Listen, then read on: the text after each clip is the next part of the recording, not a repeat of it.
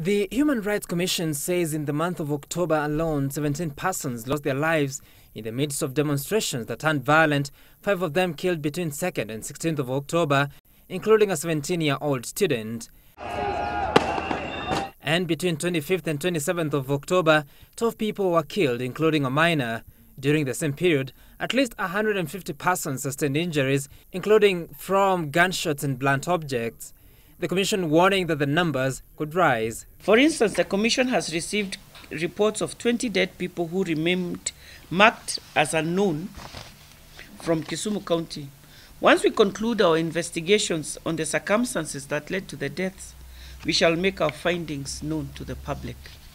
Despite denial by the National Police Service, which has constantly capped the number of reported deaths to 19, KNCHR's report now raising the number of deaths to 54 from the previous 37 reported between August and September.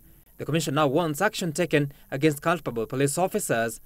We understand the conditions under which the police are working, but then when these numbers come out, they are not actually meant to only portray the police in bad light. They're actually meant to show that there's a problem, and collectively we must work to resolve it. The Commission calls upon the Independent Policing Oversight Authority, IPOA, and the Office of the Director of Public Prosecutions to investigate these incidences and of excessive use of force and prosecution and prefer prosecution charges against the officers involved in the human rights violations. But the demonstrators have not been spared either from the blame. KNCHR accuses protesters of threatening the lives of security officers. Demonstrators in Nairobi, Kisumu, Migori, Homa Bay, among other parts of the country, are accused of barricading roads, harassing and blocking IEBC officials from accessing polling stations on the day of the election in NASA strongholds. The Commission documented cases in which IEBC officials, especially in Kisumu County, were physically assaulted by youth while undertaking their refresher training. Even though the Commission is yet to reach a verdict on whether the October 26th repeat presidential election was above board, KNCHR says there was notable improvement in the system of results transmission, handling of results at constituency tallying centres, and IEBC officials' competence.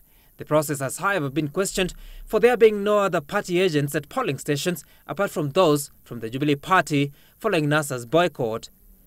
KNCHR has called on persons uncomfortable with the poll outcome to petition the Supreme Court before the window closes on Monday next week. Meanwhile, the High Court has ordered the police not to arrest Dagoretti North Member of Parliament Simba Arati over claims of instigating last week's violence in Kawangware. Arati had moved to the court seeking the restraining orders on claims that the police have been looking for him even as he continues to receive medical attention at a hospital in the city. His case will be mentioned on Friday next week. Sam Gituko, Citizen Weekend.